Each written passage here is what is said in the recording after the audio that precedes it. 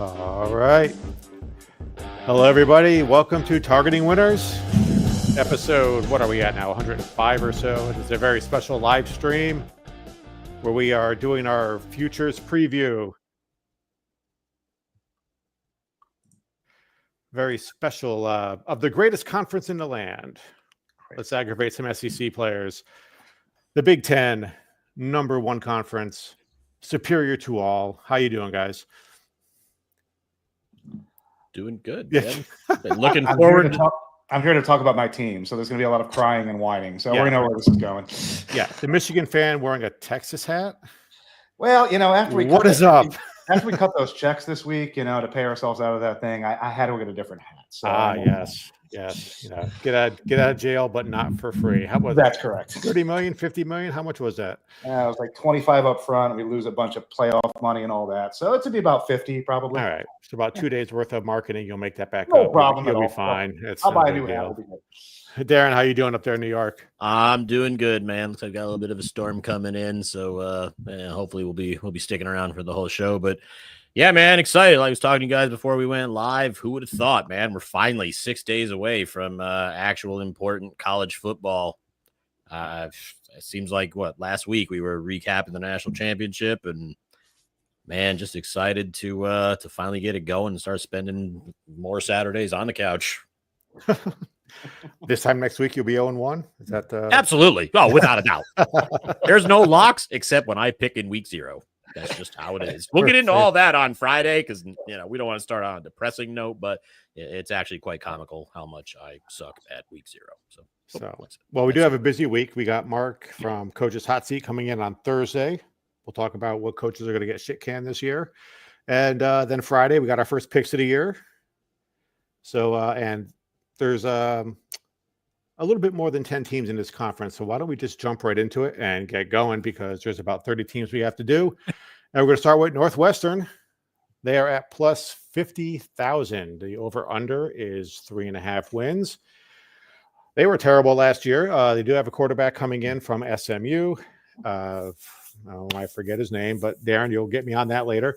But it is an upgrade, but he lost the job to number 7 last year after he got hurt, and he got a new number 3 went out, and that was it. Yeah. So, but he's an upgrade at quarterback. Things might look up for them. They can't get that much worse. Northwestern, kick us off, Darren. What are you thinking? Northwestern does kind of intrigue me this year. They have a few things coming in on the offensive side of the ball that I'm actually looking forward to see if this actually works. Normally when you're thinking Northwestern, you're thinking defense and not offense. But you mentioned Preston Stone coming in from SMU 2023. Dude was actually really awesome for SMU, but got hurt late in the year. Not sure if he was really 100% healthy when he started 2024, because it did not take long for him to lose his job to Kevin Jennings. So assuming he's healthy now after all that time off, he, like you said, a definite upgrade. Their quarterback from last year, Jack Lausch, has quit the team to focus on baseball, probably because he knew he was losing his job. So good for him. Best of luck on the diamond. A couple other things I like about this offense, potentially. South Dakota State had a wide receiver by the name of Griffin Wilds, who caught 71 passes for 1,154 yards and 12 TDs. He comes over and will probably be wide receiver 1 right out of the gate. The other addition I like is South Dakota State's offensive coordinator, Zach Lujan, has come over. So I'm very interested to see what this offense will do with those two players and this new coordinator. Defensively is what we all think about when we think of Northwestern. Last year, not a great year for them, but you can go back to the offense struggling pretty hardcore to help with that. I initially was, I don't want to say high on this team, but was looking at potentially an over their win total bet.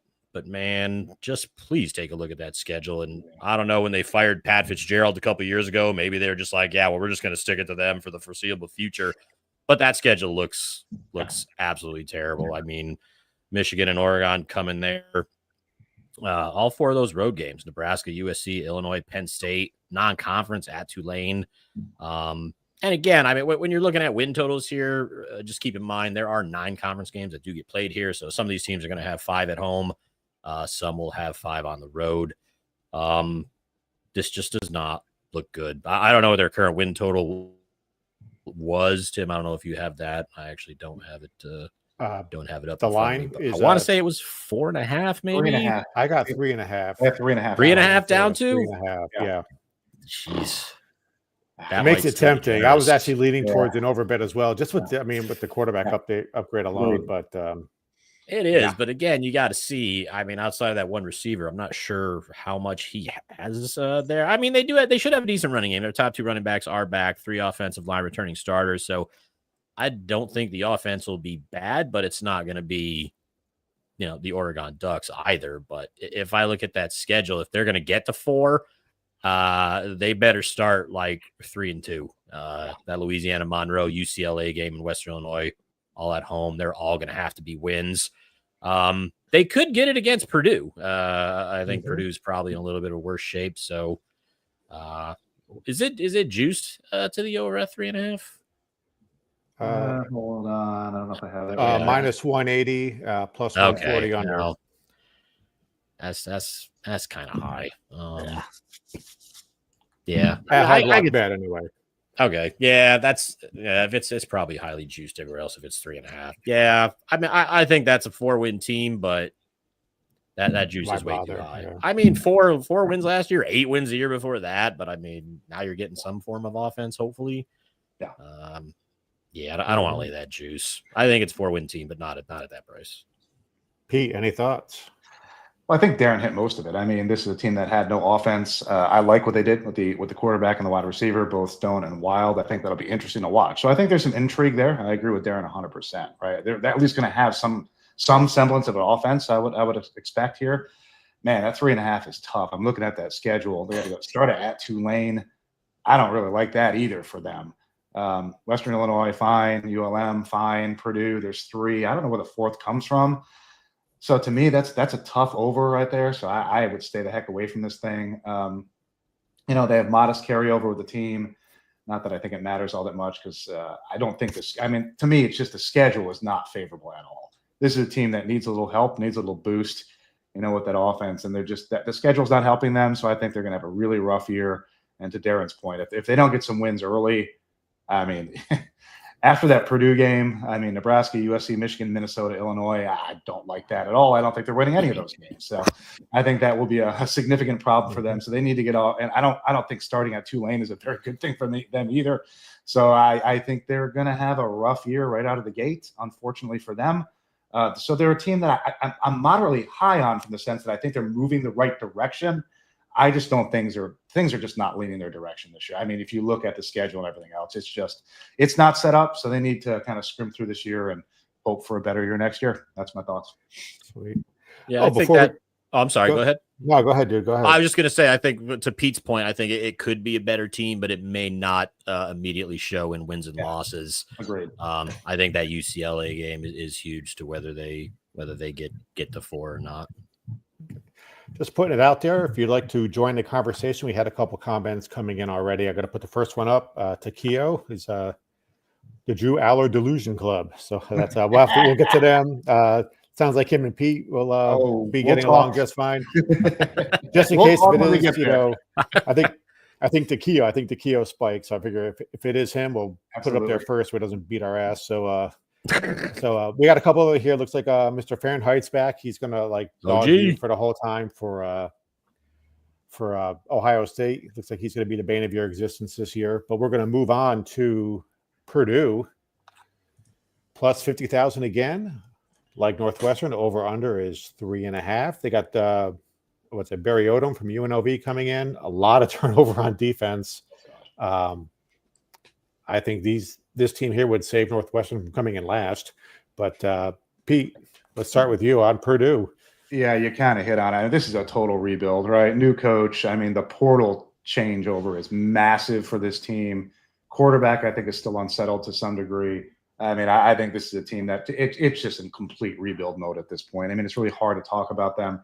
The recruiting class is 18th in the Big Ten. If you haven't checked, that's last. That's not a very good thing. So, yeah, I mean, this is a team that I think will be in the cellar. There's not a lot to say about them because I think they have a long way to go. I don't dislike the coaching hire. I think Barry Odom. He's good. I like the hire. I think he'll move in the right direction. I think he's in a good spot. And I think Purdue can at times could be a good program. So I like the future. We've said it before in some of the other conference discussions, but right now I do not like the present. The present is ugly. So if you're a Boilermaker, yeah, settle in, hunker down for the fall, and maybe have a couple drinks and do something else. So that's my thoughts. Darren.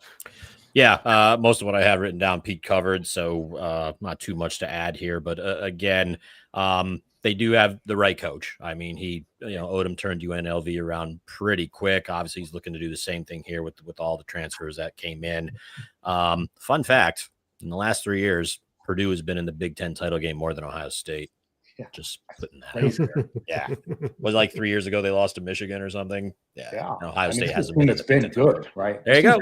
Yeah. Fun fact, useless trivia. Next time you're eating wings at the bar, bring that up. People will mock you, but you'll be correct. But yeah, I mean, like I said, total turnover here. No starters returning on the defense. The wide receiving core is new. The offensive line is all new. I don't think this is going to be a quick 1 year fix, or maybe even 2 or 3. There's just too much to fix here. And again, we talked about Northwestern's somewhat brutal schedule. This isn't any better. I mean, they're one of the teams that has the 5 home games, but you got USC, Illinois, Ohio State, Indiana coming in. And then you're going on the road, Minnesota, Michigan, Washington, who I believe we're all kind of high on. And then at Notre Dame. I'm sorry, did you mention the win total earlier? Because 3.5. Yeah. Minus 240 for the under. Yeah, I was just gonna say I don't see where there's 3, much less 4. Right. Yeah. Minus 240. God. See, now if you're interested in that, if you're looking at that schedule and like there's not 3 wins there, alternate 2.5. I don't know if you get plus money with juice so ridiculous on 3.5, but outside of Ball State and Southern Illinois, is there another game that they're gonna be less than double-digit underdogs? No, I don't know. I mean, from week, no. Oh God, I would.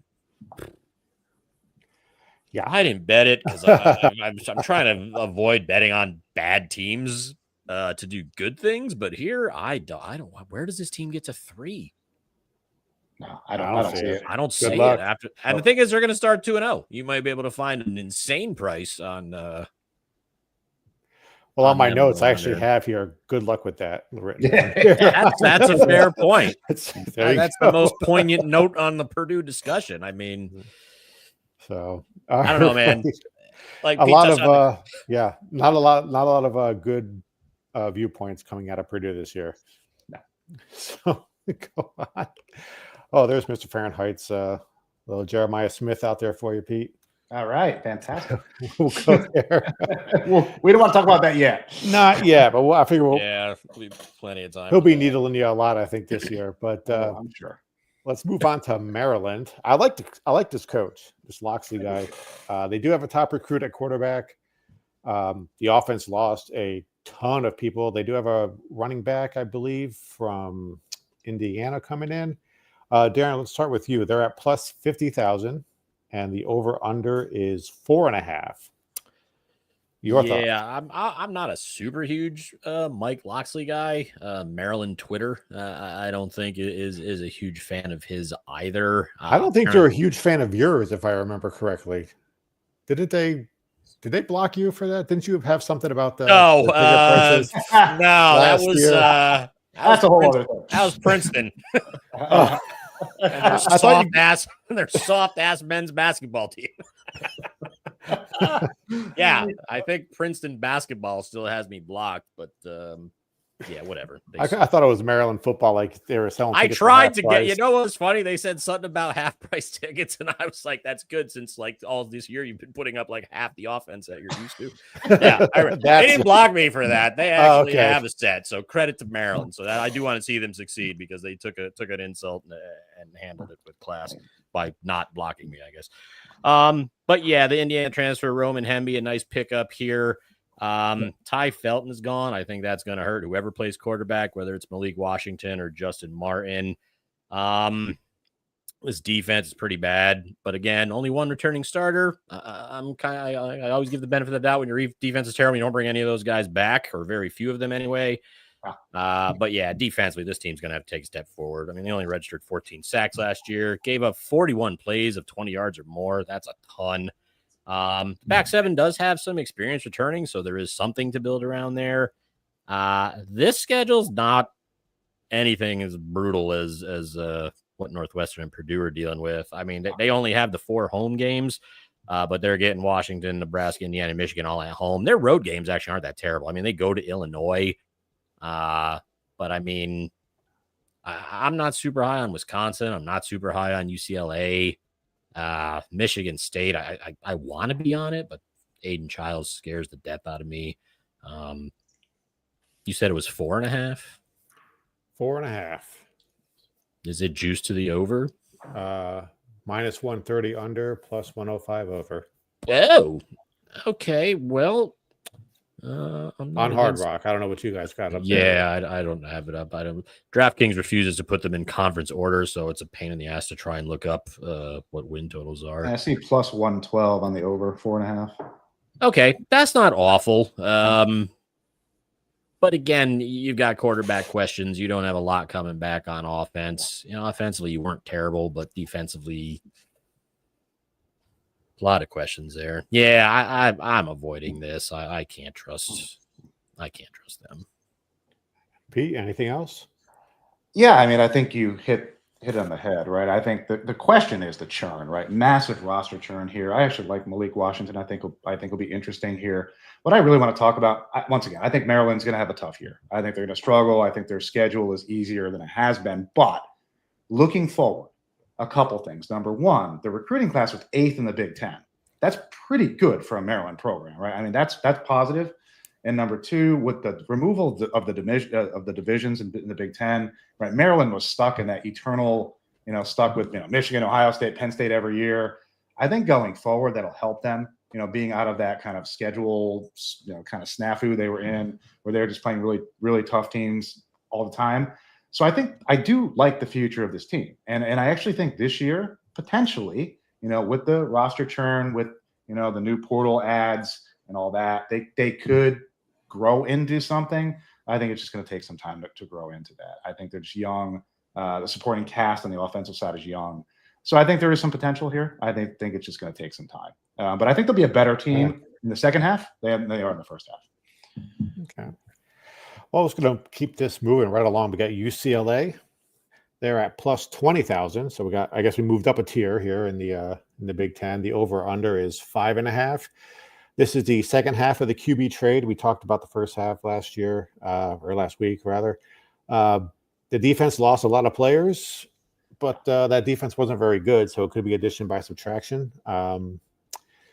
Pete, we're going to start with you with UCLA. What are your thoughts on this team? Well, you just hit a couple big ones, right? Defensive retool. I mean, this is a massive wholesale retool. Now, usually we don't like when you change over an entire side of your ball or most of it. But if it was a bad unit, then how much worse could it be, right? So could there be some upside here? Potentially. New OC, right? We have new offensive coordinator here, Nico coming in. So I think it'll be no doubt. I think on the offensive side, with the quarterback and all of that, I think it will be interesting. I think the biggest issue for them is going to be the old line, right? Is Nico running for his goddamn life the whole time while he's out there? I think that's going to be the concern for them. If they can protect, it could be pretty interesting. Defense, we talked about a complete retool. I think they had 10 new defensive back transfers. I mean, that's a huge number, right? Think about that. How many defensive backs they have in the first place? That's like pretty much the whole squad, right, in the back end there. Pretty much. Yeah, that's pretty crazy. So it's really hard to tell what that's going to be. But considering how bad they were before, to me, it's an upgrade. I mean, to me, it's only moving the right direction. We see what happens here. But I think the offense is going to be fun if they can protect them. So we'll see how that goes. I don't have so it's 5.5, I think, is the over-under. It is juiced to the under. Is that correct? Yes. Minus 145. Minus 145. I see minus 160 here. So, yeah, I mean, I would be inclined to lean that direction. I'm not playing it here, but I'd be inclined to lean that direction. So those are my thoughts at the moment. Darren, over to you. Yeah, not much to add. You guys hit it right on the head. I mean, it's Nico and who knows The what. Pips. I mean, he did get a nice running back from Cal, Javian Thomas, who actually, believe it or not, did rush for more yards than Jaden Ott last year. But yeah, I mean, who's he going to throw the ball to? 4 of your top 5 wide receivers are gone. And you only added 3 wide receivers from the portal, so I'm not really sure what's going on there. Pete talked about the 10 secondary ads through the portal. And again, 5.5 just seen. I mean, Nico's good. I mean, we mock him for, trying to get more money out of Tennessee and then being shown the door. But, I mean, he's a huge upgrade over Aguiar. I mean, I don't think Aguiar is anywhere really near what Nico can bring to a team. But the problem is you could potentially be starting out 0-2 because I think Utah is much improved. And, I mean, going to UNLV, yeah, they're kind of starting from scratch, but I'll take a Dan Mullen coach team over a Deshaun Foster coach team any day of the week until Foster proves otherwise. But yeah, this looks like an under to me. I see minus 164. Pete, you said you had one. Oh, Tim, you actually had a lot less on 5.5 under. 145. See, that's not terrible. I would lean under with that at that if you can find anything around 145, like what Tim's got in Florida. Yep. Again, I mean, you're looking at potentially going 0-5 in your last 5 games. So where are you going to get? Where are you going to get to 6? Mm-hmm. Ugh. Well, we're going to go from one side of the country to the other in the Big Ten. We're going to go over to New Jersey, I believe. Mm-hmm. Talk some Rutgers football. Greg Schiano, I believe, is the coach. They lost a running back. He went to the Bears, I believe. They still got some wide receivers. They got the quarterback who was at, I believe, Minnesota before. We'll start with Darren at Rutgers. They're at plus 20,000, and the over-under total is 5.5, minus 105 on the under, and minus 125 on the over. Yeah, you're talking about the Greek gunslinger, I think he was coined last year, Athan Kaliakmanis, who actually had a pretty decent year for somebody who was just supposed to manage the offense. Kyle Mananga is gone, and that's definitely going to hurt. But I like the receiving core that's coming back for the Greek gunslinger. 4 returning stars on the O-line. I know we don't think offense when we talk about Rutgers, but I think they've got a decent core to build around here. Looking at defense, all right, only 2 starters returned from a team that was, 14th in points allowed per game, 17th in yards. I usually, for some reason, thought that Rutgers had a decent defense, but I guess statistically last year they did not. But then again, when you're only returning a couple stars from that unit, I'm going to give you the benefit of the doubt and say that there should be a little bit of improvement here. 2 of the ads that I actually like, James Madison, transfer Eric O'Neal and his 13 sacks joined that defense. And Ohio's Bradley Weaver, who had 8.5 sacks for that MAC school, come over as well. So I do like what they've added in the D-line there. And again, even in the secondary, they got Cam Miller from Penn State. UNLV's 3rd leading tackler, Jet Elad, comes over. And again, this team does kind of revolve around their defense. When they gave up 24 or more points, they were 0-5. So we know what they need to improve on. I like what they've got on offense to some extent, and I like the ads that they brought in on defense. And the schedule that Tim's got up there, not awful. I mean, Iowa, Oregon, and Penn State come to them.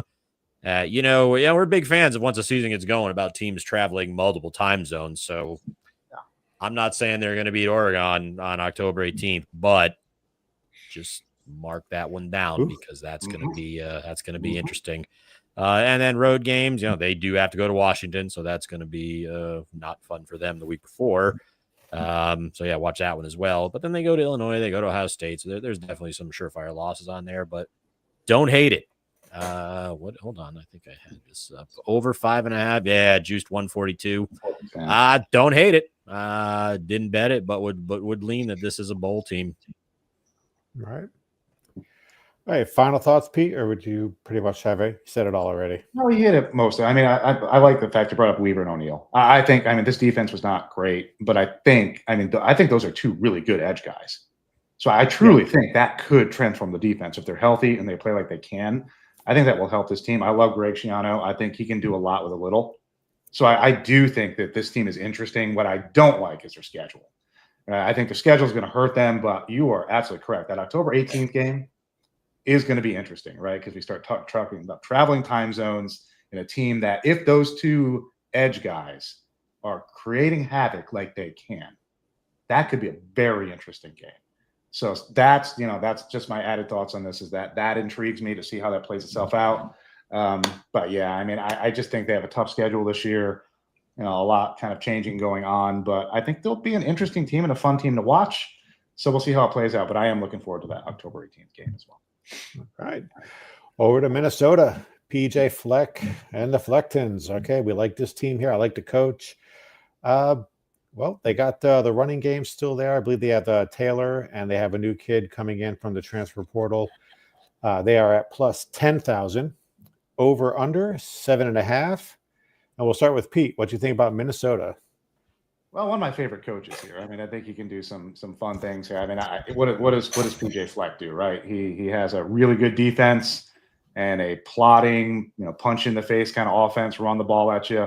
That's how PJ plays. I think this this team plays into that just fine. Defense is going to be good, I expect. I think if they can run the ball effectively, limit the turnovers, that they're just a team. Like Minnesota has been a team under PJ Fleck that is dangerous to anybody at any point. Now they can also lay an egg, right? They're really good at kind of going back and forth across that, but they really can be a problem for anybody. And they've really put a couple of really good teams on the ropes the last couple of years. So I do think they can do that with that defense, and with if the running game is working, the recruiting I think was 14th in the Big Ten. That's not really helping him, but that's not really his thing, right? He's not aiming at 5 stars and 4 stars. He's really trying to kind of get the right type of people for his program.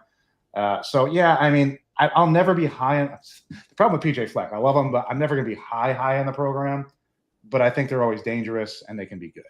And I think that's what they're going to be. And that's about the best I can say for them. So that's my thoughts on Minnesota. Darren. Yeah, again, summed it up right. This team's going to play good defense, and they're going to run the ball, and they're going to try not to turn it over or commit a ton of penalties. I mean, when they run for over 110 yards last year, they were undefeated, 7-0. When they didn't hit that, they were 1-5.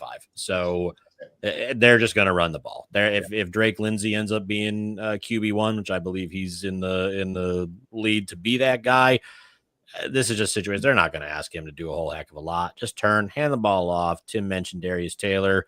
AJ Turner is that Marshall transfer, I believe, that you were thinking of. So, 2 good running backs, a decent quarterback, solid defense, and a schedule that's not awful. I mean, they're one of the teams with 5 home games. Geez, I don't know, man. What do they got on there? 2025. Yeah, I mean, Penn State is going to be tough. Yeah. I'm not high on Illinois. 7.5 just seems maybe a little high. With a somewhat unproven QB. Yeah, is it juice under? I don't know. Minus 160 under, plus 130 over. God damn it. So FanDuel here in New York, Minnesota's not on the list for win totals. I'm not sure why that is. But yeah, I don't have them here. Do you have Minnesota on yours, Pete? I don't have them here. They're not showing for some reason. Hard Rock is minus 160. It's interesting. Yeah, they didn't have a posted total either. Okay. All right. So it's not just me. For whatever reason, FanDuel doesn't have 160 is a little high. I'm just looking where are they going to get more than 5 lots? Yeah, I don't even want to. You know how much we love Buffalo here. I mean, I think I haven't picked to win the MAC title. That game is going to be interesting as all hell. I kind of want to watch that because I kind of like what Buffalo's bringing to the table this year. If they get by that, geez, are they even losing until the Penn State game? Maybe the Iowa game. Maybe Iowa, yeah. I know we kind of like Iowa a little bit here. Geez, Northwestern, Purdue. God, I don't know, man. The schedule's not terrible. It's not. They'll probably beat Wisconsin. I would think so. Yeah, I mean, just an unproven quarterback. I hate to fire on a futures bet, not knowing, what these guys are going to do. But like you said, if you like ground and pounding good defense, man, Minnesota's your team. Oh, absolutely. Yeah, that's maybe boring to watch, but I mean, didn't they have that kid from New Hampshire, Max Brosmer, whatever his name was? He actually had a pretty good year for them last year. So maybe in the system, if it is Drake Lindsay, maybe he performs well. But Player to watch. Yeah, I think so. But yeah, still unproven quarterback in the futures market. I kind of stay away from that myself. All right. We're going to go on to Wisconsin's rival here. We got the Wisconsin Badgers. Luke Fickell back. They're at plus 15,000. The over-under is 5.5. They have a good offensive line. Surprise, surprise. Like Texas, you can't throw a rock without hitting a 300-pound offensive lineman in Wisconsin, some cornbread farm boy. So they're all over the place up there. So we'll start with Darren here with Wisconsin Badgers. Yeah, hot seat alert, man. Okay, Luke Fickell, you tried to bring the pass thing. It doesn't work. Please stop that if you want to stay employed. Get back to Wisconsin, boring ass, run the ball. That's what you do. I get it. It's boring, but that's what you guys were successful doing. This pass thing, it's been 2 years. It's not working. Stop. Just stop it. Please. I beg you. Stop it. I mean, now you got Billy Edwards, the Maryland transfer. Upgrade over Braden Locke? Yeah, definitely. But there's nothing really else I like about this team. Their leading rusher's gone. Tyree Walker. It looks like they're going to try like a three-headed monster in the backfield there. So maybe Fickell's getting it. And he's going to try and run the ball a little bit more. Their top wide receiver, Vinny Anthony, is back. So he's got an OSU transfer, Jaden Ballard. So, if you're a wide receiver for Ohio State, you probably can ball a little bit. Just defensively loaded up a lot in the front seven. But they were terrible at stopping the run. That's something else you don't think of when you think of Wisconsin. 17th in the conference, allowing 165 yards a game. Secondary looks decent, but again, if you can still run on this team, why are you even going to bother to pass the ball? So with this tough schedule, I backed off of the under 5.5, but I mean, they do have the 5 home games, but Illinois, Washington, Iowa, Ohio State, 4-year road games, Michigan, Oregon, Indiana, and then non-conference, you go to Bama. No good. No. I have to assume this is juice to the under. This has got to be juice to the under. Where are we? What do they got? 172. Yeah. Yeah, I got minus 155. Okay, that's reasonable. Go higher than 150, but that's incredibly reasonable. This might be if you can find a 4.5, get some plus money on the under at that. I mean, where's 5 wins? You're starting off 2-0, most likely, probably beating Maryland. That might be it. A Rutgers game maybe get you to 4. Little side note: this is where it pays to shop around for the different lines. So you can find that on our bankroll management episode. Absolutely. Ding. You can go back and check that one out. Pete, in-state rivals going on Darren to Michigan State. Wait. Hold on. Wisconsin. Let me just say real quick. I mean, no, we're good. We'll go to Michigan State in a second. But for Wisconsin, right? So number one, fire up the hot seat alarm because he's definitely on the hot seat. And number two, right? It hasn't Minnesota become what Wisconsin used to be, right? The way Minnesota plays now is the way Wisconsin played forever, right? They were always dangerous. You didn't want to play them; they would beat you up. They were tough to play against, and that's what Minnesota is now. And Wisconsin has lost their way. And so I don't know what's going on with that. But, what was that? Yeah, the Brett Bielema model. Yeah, right. He was a coach there. He's the new Illinois coach, right? He's over there now. But it's unfortunate. So yeah, I feel it's a team that because they were out in the other division when we had divisions. I always kind of liked Wisconsin. They never bothered me, and it's kind of sad to see what's happened to them. So anyway, that's them. This is a team. He's right. Like I said, you used to be able to look at their offensive line, and all 5 of them wouldn't fit on the TV screen. I mean, it used to be. They would just beat the crap out of you. Even if you beat them, they would still beat you up all game. These guys are huge. Right? So I don't know what happened. All right, Michigan State is plus 15,000. The over/under is 5.5. Like I said, we got the Aiden Childs back at the quarterback. So, Pete, your in-state rivals. Let's start with you. They do have a good tight end, I believe. That's something for him to throw to. It's a quarterback's best friend. What are your thoughts here on Michigan State? Yeah, they're still a couple years away here. I mean, once again, we said it last year. Jonathan Smith's a good hire.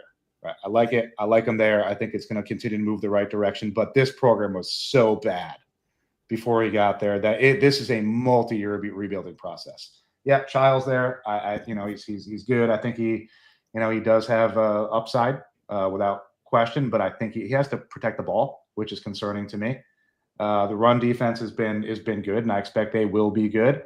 But what really scared me, because this is Michigan State, who for a while, I mean, obviously they were really good in this conference. Their recruiting class was 16th in the Big Ten. That is abysmal. I mean, this is a team that was like recruiting the top 4, right? Now they're 16th. So that concerns me. I mean, I like the Jonathan Smith hire, but is he not selling the program? I don't know what's going on there. It's just being in this state, and you hear a lot, obviously, as a Wolverine, we hear a lot of, Sparty stuff all the time. And I just don't see any Sparties that are excited about this team, which concerns me a little bit, because I did like this coaching hire. It's only year 2. We'll see what happens. I don't know where this goes, but I think they're going to have a long year. So it's it's 5.5. It's juiced to the under, I think, right? It's close. Choose the under, I think. Yeah. No, plus 115 under, minus 145 over. Okay. All right. So yeah, I under 5.5. What's that schedule look like? I would. She's looking at that schedule. Yeah, they're gonna have a long year. To me, they're not even. I wouldn't put anything on them. I'm good. Moving on. I'm done. Peter. Or Darren, what you got? I was going to say, I'm Darren, by the way. Yeah. It's nice to meet you. I've only known you for like 35 years. But yeah, Darren. Hi, how's it going? Yeah. I want to be an Aiden Childs believer, but I just can't right now. 13 TDs and 11 picks. Second year under his head coach, who he came over from Oregon State with. So, I mean, I think there will be some improvements. Nick Marsh is back at wide receiver. I do like him.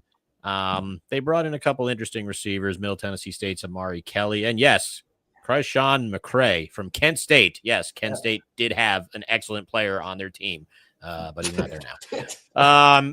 Defensively, I like the defense, but I mean, you have got to. Okay, so you had 19 sacks on the year, which is kind of terrible, and it's even more terrible because in the Florida Atlanta game last year, you had 7 of those. So in the rest of your season, 11 games, because I don't believe they went to a bowl game last year. Maybe they did, but if they didn't, they only got 12 sacks in the rest of their season. So the road games are awful. I mean, look at it right there. You've got USC, Nebraska, Indiana, Iowa. You're probably losing to Minnesota also, I would assume. I don't know if you're getting a conference road win here. I mean, Michigan and Penn State come to you. Yeah. That's an ugly schedule. That's an ugly schedule. I mean, it's not the ugliest we've seen, but it's pretty damn close. I mean, you said what? You had 5.5? 5.5. Yep. Yeah, I got under 5.5 plus 108. Yeah, so 105 or something. Yeah, that's plus 115 in Florida. Okay. I'm just looking at those last 8. I mean, you beat Maryland last year on the road, so let's just say that last game of the season, maybe you get that one. Where are you getting one from USC on? Okay, you're probably going to beat Western Michigan to start, maybe Boston College. UCLA, maybe your best dreams. Well, they got Nico. They got a better quarterback than Michigan State's got, most likely. I would go under. Yeah, I would. I might bet that. I didn't, but I might. Now that we're talking about it, I kind of like it too. I always see just one of two things. We're like, yeah, we're gonna bet this at the end of the show. Like, how are they winning? How are they winning 6 of these games? I don't see. I don't know how they're winning 5 of these games. I mean, I don't know how they're winning 4 of these games. I mean, I bet Iowa games could probably be a night game by that point. They're gonna kill them there. I mean, that's gonna be ugly. Yeah. Penn State's going to kill them. I mean, I don't know. Yeah, I mean, unless UCLA's defense just isn't up to speed yet. There's only so much Nico can do. But then again, you got to trust Childs to take advantage of some of these teams that don't have stellar defense, and he hasn't shown that he really can. So, yeah, I would go under here, especially at plus money. Yeah, I think you got to go under here. All right, moving along. Washington plus 6,000. The win total is 7.5. Oh, here we go, boys. Incoming bet here. On offense, the only question I believe is the offensive line. They've got to get better. I think they will get better. On defense, the front four was subpar, we'll say, last year. But on offense, they got the running back, they got the receiver, and they've got the quarterback. This is probably the only quarterbacks whose name you actually know. So I'm very proud of you. I just wanted you to say I'm proud of you for getting a name down. That feels right. Yes. He reminds me of somebody. I don't know if you've heard this. A kind of a short, 6 feet tall, about 200 pounds, can run, can throw the deep ball. Gio Lopez? Yes. What? The greatest American hero of last year. I can't really root for him anymore because he's in the ACC. But I think I found this year's Gio Lopez. I have a question. Yes. You sent me money for a bet on North Carolina to win the conference, so I'm pretty sure you can root for Gio. Yeah, that is true. That is. I think the defense is going to get better. I think they have a new coordinator coming in. I think the old one might be overhyped because of his last name and in relation to another coach of the said North Carolina Tar Heels. So we'll go back to Darren on this one. Thoughts on the Washington Huskies? Yeah, I'm with you. Love them. Damon Williams Jr. I watched the bowl game, and I remember because I had the Sun Bowl, pulled pork nachos in front of me, and it was wonderful. The nachos and Damon Williams. So you had mentioned the offensive line with the 39 sacks that they gave up. Just keep it. We talked about before, young quarterbacks trying to make too much happen, and getting sacked. He started the last two games, that bowl game and whatever the regular season finale was, he got sacked 15 times in those two games. So that's not all on the offensive line. He's got to make better choices, throw the ball away, do something. But yeah, I mean, in the time he played, he was insane. 8-to-1 TD to pick ratio, 78% completion. He was also the second leading rusher on the team. And considering he had minimal playing time, that's pretty impressive. And the one thing I like about that, I mean, Jonah Coleman is back also, so that's certainly helping the offense. Denzel Boston is back, a wide receiver. He led the team with 9 TD receptions. I like this because, all right, we all remember 2 years ago when they played in the national championship against Michigan, lost. Remember in 2024 when we were previewing this team, they lost everything. I mean, you name it. If they were associated with Washington, they were gone.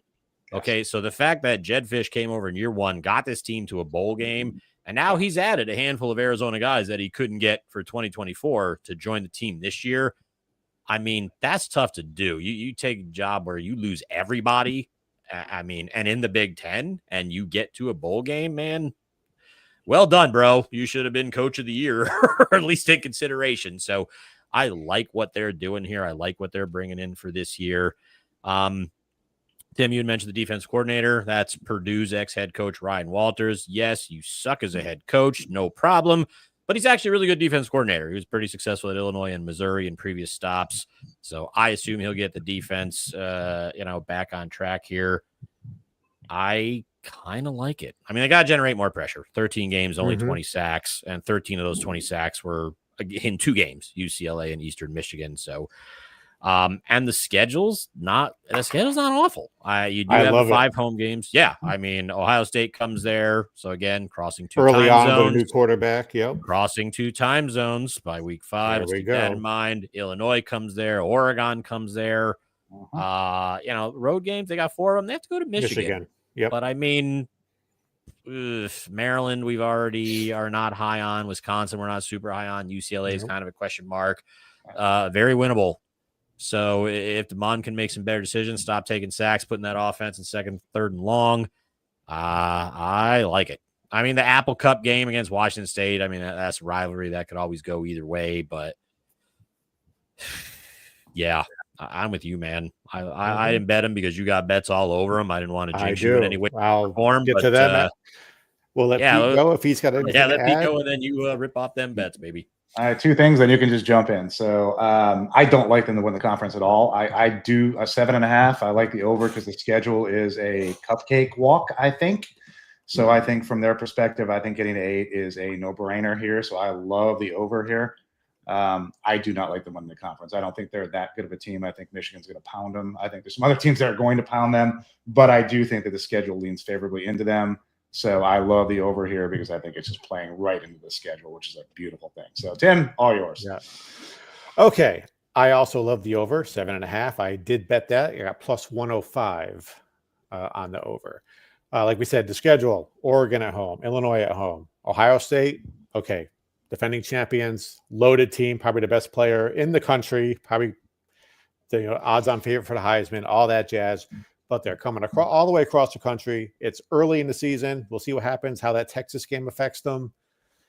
I love to swing for the fences, looking for a hedge, plus 6,000. I think this might be our big. You had 5,000 in Oklahoma State a couple years ago. Yeah, but I'm a moron. So I'm about to jump in that pool. I'm looking for a hedge. I bet one unit plus 6,000. Washington. I think they can at least get to the game. They have a shot at it. Put one unit on there. It's a 60-1. Place a nice little hedge there at the end. Maybe they pull off an upset against Ohio State, and then they got to play Ohio State again in the Big Ten title game.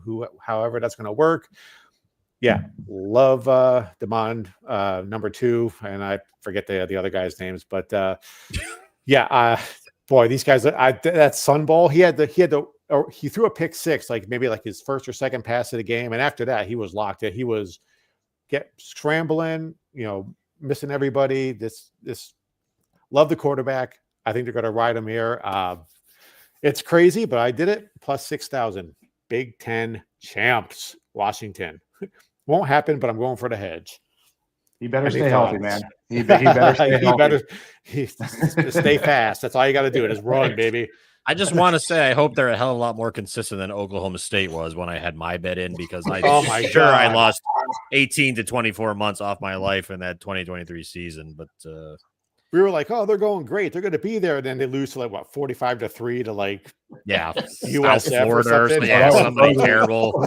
And then they go to West Virginia and beat them. I'm just they beat Oklahoma. I'm like, I can't. Why did I even do this? I couldn't cash out. I almost tried to cash out for my physical and mental and emotional well-being, but I was like, screw it. It's a fun ride, if nothing else. So, right. Are going to move on. Indiana, they are at plus 4,000. The win total is 8.5 for this one. Cignetti is back. You can Google him if you want to. I guess we'll start with Peter with the Indiana Hoosiers. What you got? Yeah, I mean, they have pretty decent continuity. Right, 62% of their players are back, which I like. A lot of them back. So I like that, right? Quarterback, I like Mendoza. I think he's good. So I mean, they had a top 10 rush D last year. I think that'll hold up as well. I'm not looking at the future. I'm looking at this year. So recruiting class is 15th in the Big Ten, which is not great, but it's Indiana. That's kind of what they do. They're an interesting team. They're one of these teams that always gets me a little nervous when Michigan plays them or anybody of care to win. Because they can step up and be quite good at times. I'm not that high end on them overall. I think the over under is at 8.5. Is that correct? Juiced to the 8.5. Plus 110 over, minus 135 under. Under, yeah. I mean, looking at that schedule, I would probably lean the under. I'm not betting these guys, but I would probably lean on the under on this one. I don't know. I'm kind of indifferent on this team. I'm not quite sure where they're going. I mean, I don't dislike them. I also don't like them. I'm kind of on the fence with them, and that's kind of where I sit with Indiana. So I don't have a lot of depth on them. I'll pass it on to Darren. I bet them over 8.5 plus 115. Kurt Cignetti, yeah, you talk a lot of crap. That's fine. At least for the most part, you backed it up.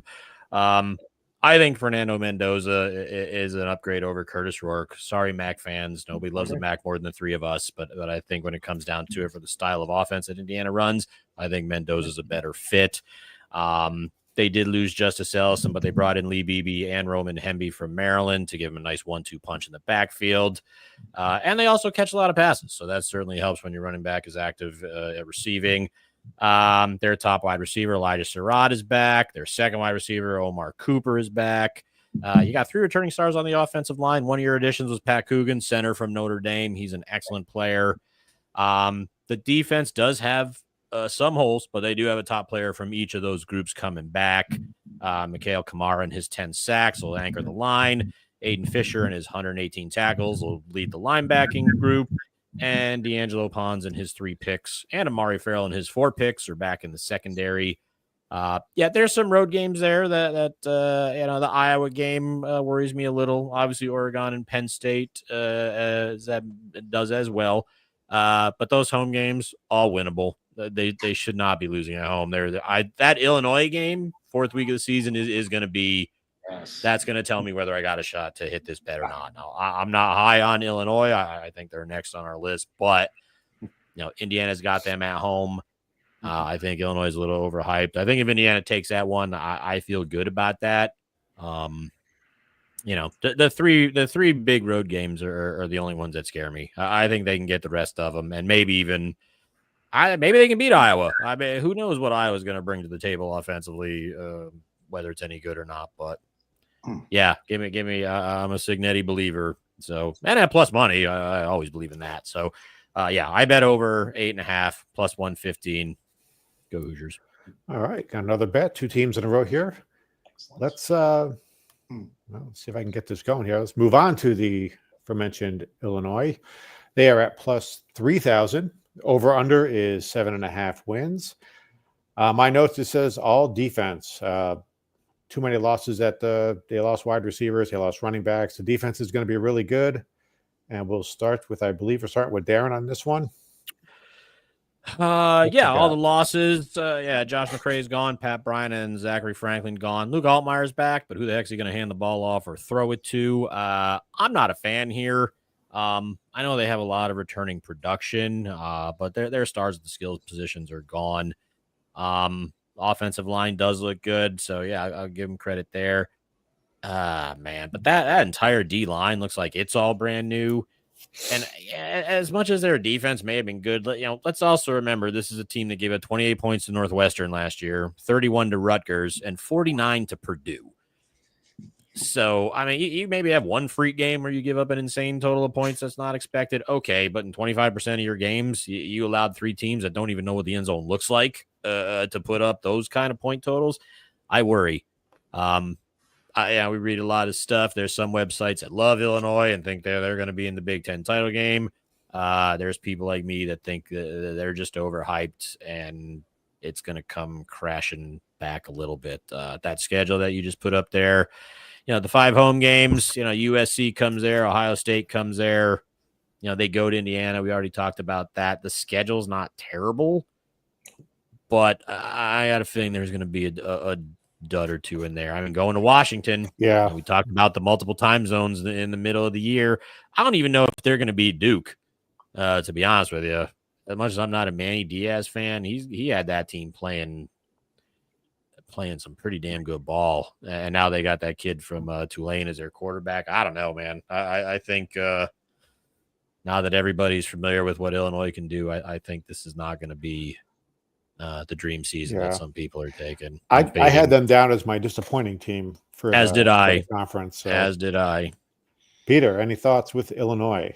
Yeah, I guess that'll be the dissenting opinion, right? I'll kind of flip with what you did with Indiana, right? I think this team they had a good year last year, obviously, a lot of losses, a lot of turn, right? All that. Agree. But giving up that many points 3 times is not a good thing. That said, right, I do think there's some momentum building here with this team. I love this schedule. I mean, look at the schedule. I mean, look at the last 4 games. I mean, Northwestern, no. Wisconsin. I mean, what is it, 8.5? I mean, I don't know if I'd bet the over with them. But I think they're going to be a pretty solid, good team. I'm not buying the hype that they're going to be in the championship game for the Big Ten. I don't. Do I think they're going to be a good team, though? I do.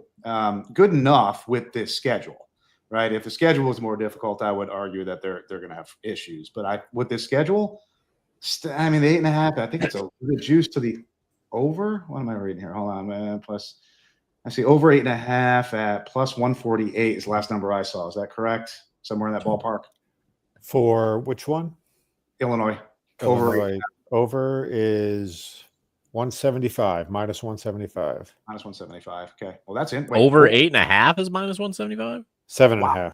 Oh, 7.5. I was going to Well, say. you have 7.5. Oh, yeah, I got it. 7.5. Yeah, I've got 8.5. That's interesting. 7.5 is interesting to me. Do I see 8 wins here? 1, 2, 3, 4, 5, probably 6. I see 8 wins here. I think that intrigues me. The over on this one does now intrigue me at the 7.5. If I can get the 7.5, I might bet that. So I would lean on the 7.5. I wouldn't touch the 8.5. We'll see how it plays out. Yeah, they're not. I don't think they're a contender for the Big Ten. I just think that they're going to have some issues, and I don't think they're good enough. Even if they can somehow get into the championship game, they're going to get throttled by somebody, right? So they're not good enough for that, but they are good enough to win 8 games with this schedule, and so that is intriguing to me. So that's my thoughts on Illinois. Not high on them, but I think they've got something going here. I think it'll continue, and I do like that. I do like the schedule. Well, we got Danny Dimes chiming in here. I don't think I think he disagrees with you. He says, "Oh hell no." Or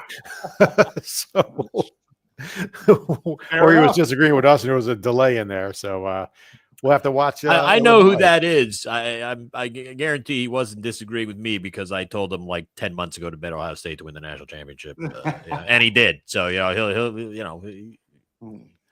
I'll have to lay an egg for that dude before he disagrees with me. But just hey, Danny Dimes, if you're still there, just bet against me on week 0. Hot tip. Yep. There you go. We will. All right, we are moving on to Nebraska. 2023 targeting winners, coach of the year, Matt Rule comes in here. He's at plus 4,000, over under 7.5. They got the Dylan Raiola, I believe, the new quarterback coming back, or not new quarterback, the freshman quarterback returning. They're going to be counting on the defense, looks like. The schedule looks pretty good. We're going to start with Peter. Yeah, what you just said, right? Raiola, I think, is going to be good.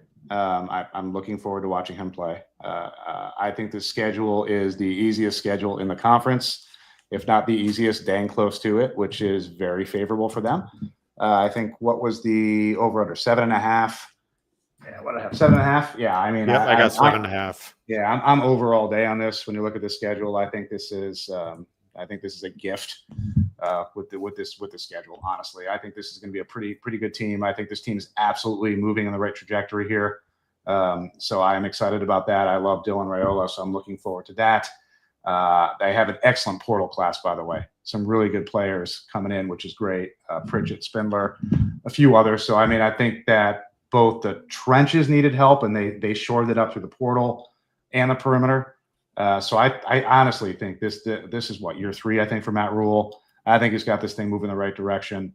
I am kind of a little bit excited for this team, and certainly I think over that 7.5 is to me that's dangling candy for me. So I'm all over that thing. So I am putting a 1-unit bet on Nebraska over 7.5, and I'm excited to watch them play this year because it's a team that I've always kind of liked.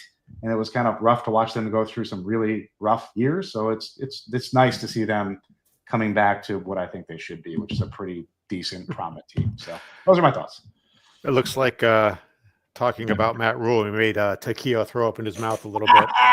So he's a Panthers fan, so he's not happy with that. Hey, just keep in mind, Matt Rule does a really nice job of building programs for the first 2, 3, 4 years, but he can't get beyond that, right?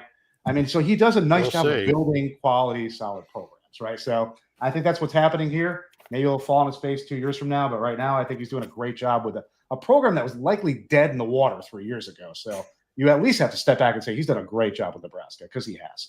Yeah. Darren, what you got?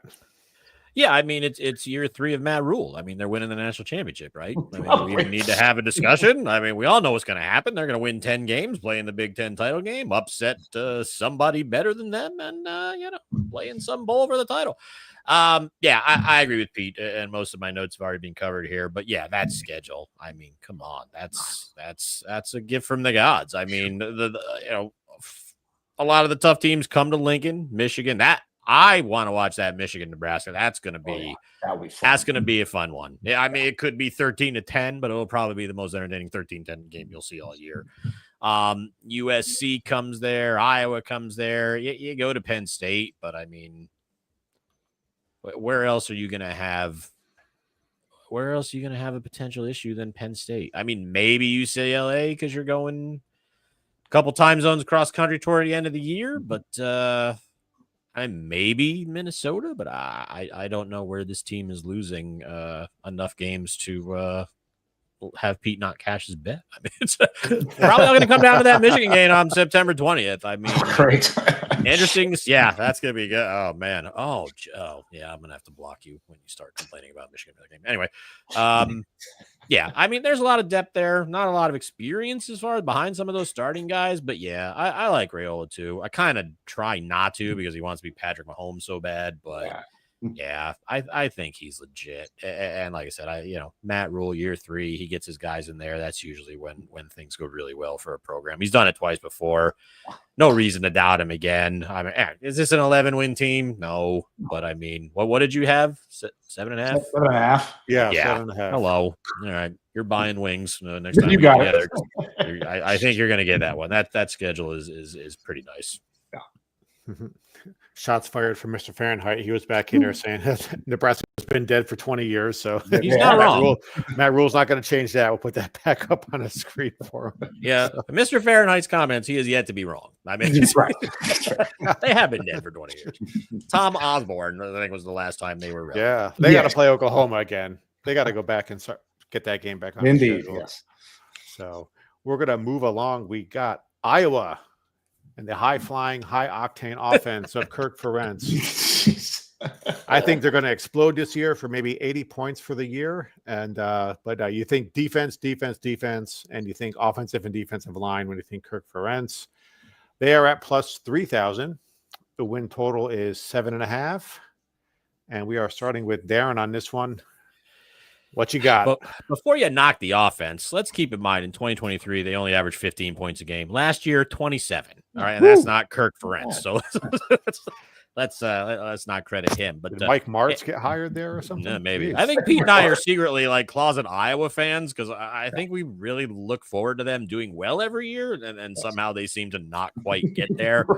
But Iowa Twitter thinks they have a quarterback. South Dakota State transfer, Mark Gronowski, 2 FCS titles, Mark Gronowski, I remind you, is coming over, and he will most likely get that job. I don't think Auburn transfer Hank Brown is going to snip the field unless he gets injured here. Losing Caleb Johnson, yeah, that's a problem, but it's Iowa. They're going to find somebody to run the ball without too much trouble.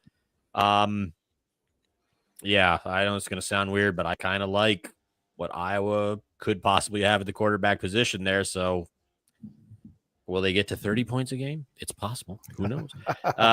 Defensively, yeah, love the defense. I mean, you know what you get here. They're not going to commit penalties. They're not going to turn the ball over. They're going to run. They're what Wisconsin should be, but for whatever reason is not. 29 sacks from the defense, 16 picks, 8 fumble recoveries. I mean, this team's going to do whatever they can to get the ball away from you and just try and control the clock. I do like him this year. I mean, that schedule, if you want to put that up, Tim, they're one of the teams with 5 home games. Indiana goes there. That game does worry me a little bit. Penn State and Oregon go there. So, yeah, I mean, you're getting 2 of the big boys, at least at your home field. You go to USC, you go to Nebraska. That should be another fun game. The Iowa State non-conference game worries me a little bit. I kind of like Iowa State, even though they lose a ton. But what did you have for Iowa as far as a win total? 7.5. 7.5. 7.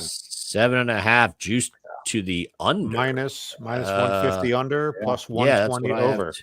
Yeah, plus 122 on the over. Yeah, it's interesting, isn't it? That is interesting. If this Yeah. quarterback is legit, but then again, I just said before, when you get a quarterback, you don't really know what you're getting. Yeah, you have 2 FCS titles, but then again, why has not any of the 136 teams offered you a scholarship to play for them? So I always like to see these FCS guys get the opportunity, but then the pessimist in me is always like, well, why weren't you playing for an FBS school to start with? So, well, you played for South Dakota State, right? Yes. Maybe he lived in South Dakota. No one just, Yeah.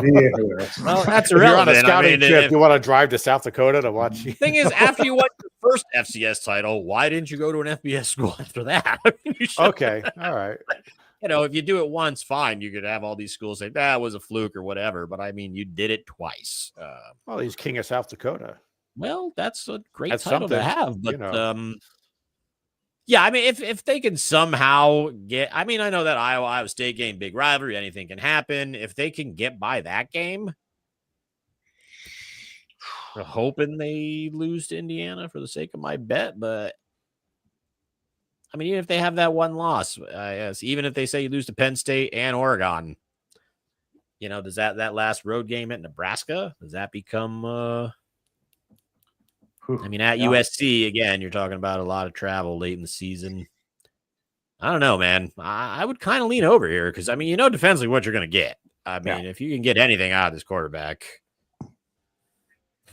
Oh, man, I'm trying to not talk myself. No, I'm not gonna bet it, but I'm gonna. Don't do it. I'm not trying to keep to the mantra of young, unproven FBS quarterback. Stay away. Yeah. Yeah. See. Oh, shit. Oops, sorry. Exactly. All right, Pete, take it away. I could say the same thing you're saying. Iowa's going to be Iowa with a decent quarterback plus, maybe. We'll see, right? So what does that mean, right? And I think the issue comes down to the schedule because they're going to do what they're going to do. They always do what they're going to do, right? It's the Iowa thing. Do I see 8 wins in this schedule? You want to. I know you want to. I want to, but I don't think do. I do. I don't think I do. I want to. I really do. It comes down to quarterback. I mean, if he's anything better than just serviceable, okay, this could get interesting. I mean, which he should be. I mean, what do you expect from an Iowa quarterback? I mean, yeah, exactly. I mean, you don't need somebody there that's more than just serviceable, really. So I mean So we'll see how that plays out. I don't like this. I don't like the end of their schedule, other than Michigan State in there, which forget it. But Oregon, USC, which I'm not very high on, but whatever. And at Nebraska, I don't know if I like that. And then Minnesota before that, Penn State before that. I don't know. That makes me a little nervous on them. So I don't know. They're going to be competitive, but they do find a way. As Darren said, we are kind of closet Iowa fans, and yet they seem to disappoint me every year with something. Yeah. So I'm going to save myself the disappointment this year and just do nothing with them and say, they'll be fine, but I expect not a whole lot of anything. Let's move on. So I'm good. We will bet on them like weekly. I will. Right. It's guaranteed. Who's Iowa playing this week? They're good for the under, points. So. Maybe not. Maybe not. They got the king of South Dakota. So, Iowa Twitter says they've got a quarterback. Woohoo. All right, we are halfway done, guys. We are. We're That's going on it. We're like 2 hours into this thing. I know. Yeah, we only got like 5 teams left. That's yeah, we're cruising. I thought we'd be here for at least 3 hours, but God. But Sorry we got to pass my USC. They are plus 2250. Again, 7.5 is the win total. So we'll start with Peter. What you got here? Looking at the USC Trojans. To me, this is a team that's looking forward to 2026. I think they're going to be there. I think they are moving in the right direction. The recruiting class is really good. They're 4th in the Big Ten this year. So I think it's boding well for the future. The offense is going to be good. That's what I would expect to see from them. It'll be fine. I don't know what to expect from the defense. I mean, I think they have beefed up their interior, which is good. I think the over-under is 7.5. I am leaning. I mean, I actually had. Is it? What do you have? You have 7.5 or 8.5? For USC, 7.5. Yeah, I had 8.5 on my thing earlier, but I have 7.5 now. I don't know if that line moved. Because I was playing the under 8.5 because that's what I had the line earlier. I don't have FanDuel up right now, so I can't see what it is at the moment. But certainly at 8.5, I'm going under with them. One unit. I don't know if it's moved to 7.5. I'll have to go look because this morning when I looked, it was 8.5. So definitely under on the 8.5 and 7.5. Yeah, I probably would not play that. So I'll have to take a look at that again. But I'm in a place today where I couldn't actually place the bet. I could just see it. So we'll have to see how that plays. So we'll see what happens once I get back to my house later this week. And if I can get the 8.5, which I probably can't, if I get the 8.5, I'll play it under. If not, I won't. So that's kind of where I am on them. I think they're going to be around that kind of 8-win mark is where I see them. I'm not really high on them. I am high on their future, though. I think that they are getting really good recruiting classes, and I think next year and beyond they could be quite good. I just don't think this is the year for them. So that's my thoughts. Okay, well, we got Gary. He's saying this year he's probably down on USC, but he says in 1 or 2 years, look out. He's looking forward for 2026, 2027, I guess, from the USC Trojans. Darren. Gary's correct. Gary might be. I know Pete doesn't like him, but Pete and I kind of have this ritual where we disagree on a third of the conference. I kind of like this team a little bit. I mean, we talked about the defense and how bad it used to be, but when Danton Lynn came over from UCLA last year, he made a huge improvement with this group. I mean, talking 10 points a game shaved off their average from 2023. They did lose a lot. But again, they hit the portal. They're okay in the secondary, I think. They got DJ Harvey from San Jose State. That's a nice add for the back of that unit as well. Offensively, it's Jaden Ivey's job now. Or Maivia, I'm probably pronouncing his name wrong, but he's not listening anyway, so who cares? But yeah, I mean, I saw him in that game against Notre Dame. I mean, outside of the 2 pick sixes that went for like a combined 200 yards, I mean, he had himself a pretty nice game. So I think offensively, they're in a good spot. You lost your running backs, but you got Eli Sanders in from New Mexico. He had over 1,000 yards and 9 touchdowns last year. I think he's going to be excellent in that system. And yeah, they lost Zachariah Branch and Deuce Robinson and Kyron Hudson, actually. But they got Mekhi Lemon. They added Jacoby Lane. They added Boise's Prince Straken. Probably pronouncing that wrong also. Sorry, Prince. That's why you just go at numbers. Their numbers, their height, their weight, their course of study, their go-to Taco Bell order. I know all those things that you have. I just try and get names, but I mean the offensive line only has 2 returning starters. If that unit comes together, I think they're going to be okay. You had what 7.5? You had for them? Sorry, 7.5. Yep. I'm checking right now. 7.5 is juiced to the over minus 180. Yeah, and plus 130 under. Yeah, I got minus 168 here. I don't usually like going higher than 150. So if we need to find 8 wins there, man, that middle sucks. At Illinois, Michigan, at Notre Dame, at Nebraska, at Oregon. Wow, okay. Yeah, that schedule is. Yeah, I just checked FanDuel too. It has moved to 7.5. It was 8.5. Okay. Move. So my bet that I was going to have is gone. I'm not putting them at 7.5. Man, I like the team, but I don't know if it's going to show up in wins. I mean, that middle part of the schedule is. I mean, you go to Notre Dame, so that's 2 time zones. You get a week off, then you got to go back to Nebraska. That's kind of brutal for travel in the middle of the season, but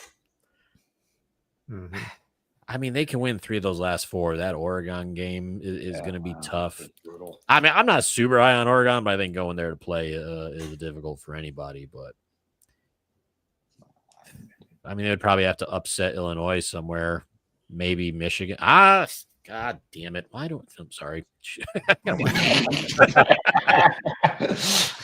I like the team. I don't know if I like them enough to lay that juice and go over 7. And actually, I don't like the juice. I think this is at least an 8-win team. I just don't like the juice. I don't think I like them enough to find 8.5 and get plus money and go over if anybody's offering some alternate win totals. But I like this team, and you mentioned the recruiting. Yeah, I mean, depending on what you read, I mean, everybody wants to put Lincoln Riley on the hot seat, and Mark knows because he's a USC alum. And we can certainly ask him about that on Thursday when he comes on. But yeah, that's what I was going to ask. If they underperform again this year, is he going to join Luke Fickell on the?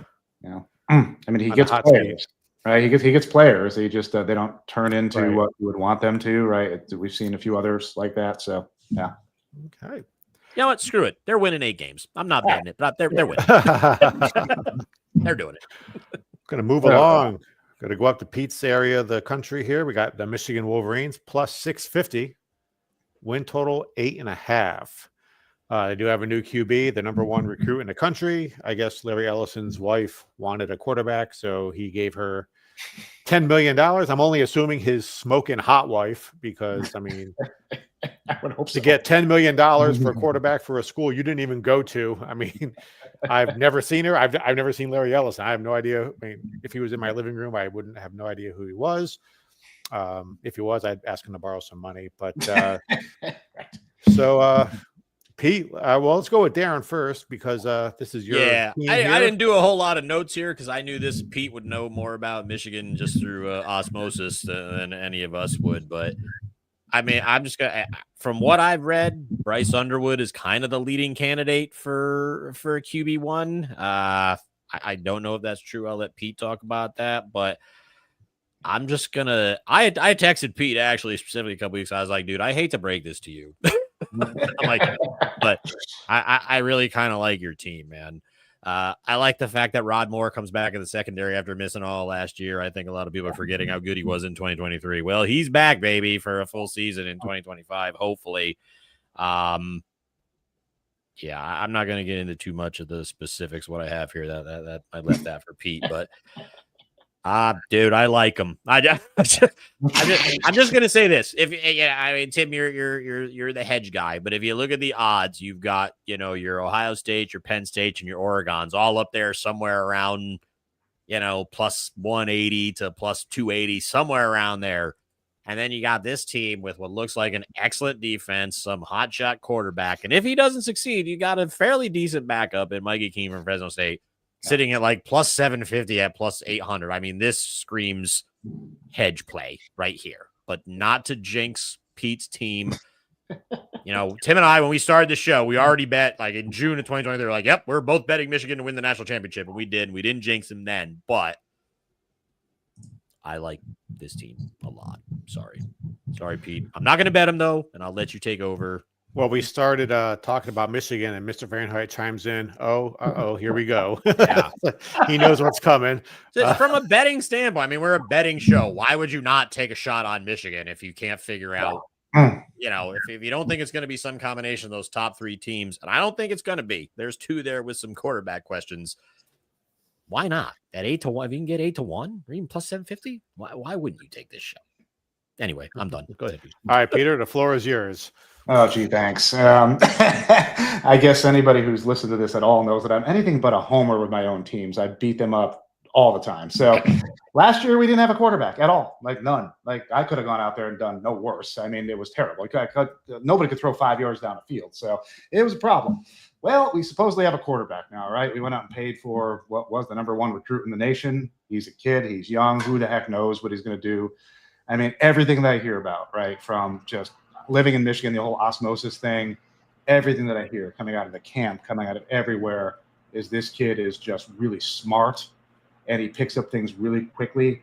A lot of like Trevor Lawrence type of comparisons, which I think is very high and ridiculous at this point. But that's the comparisons I hear. If any of that is true, even if he's not anywhere near that good, if he's a functional quarterback and he's got an arm, the guy's got a cannon. If the guy stretches the field a little bit, right, it's going to change the dynamics of this team, right? Because the defense is going to be good, right? It is going to be good. And the issue last year is it didn't matter how good the defense was. We couldn't score. Like, I don't know how the hell we beat OSU. That was some kind of miracle from gosh knows where, because we had no business beating OSU last year, period, right? That offense was abysmal. So we're going to have a better offense, no doubt about that. I don't care if it's Bryce or it doesn't matter, right? I mean, we have quarterbacks now that can play. So that's a good thing. But my concern is this, right? So offensive line, to a degree, concerns me, but even more than that concerns me are the skill positions, right? I'm a little concerned about the help, right? We lost our best receiver, 10th in the draft, gone, right? And I don't know. I mean, we have people here. I have not heard enough or seen enough from any of them to know what they're going to do. Now, Bryce can create plays. Bryce can do things. If he can do what he's supposed to do, it will make players better, right? And that's what we need. That's what this team needs. I think Haynes in the backfield is going to be excellent, by the way. So I'm not worried about our backfield. I am worried about the receiving core, right? We'll have to see what happens there. So I think obviously our defense is going to keep us in games. I'm excited about that.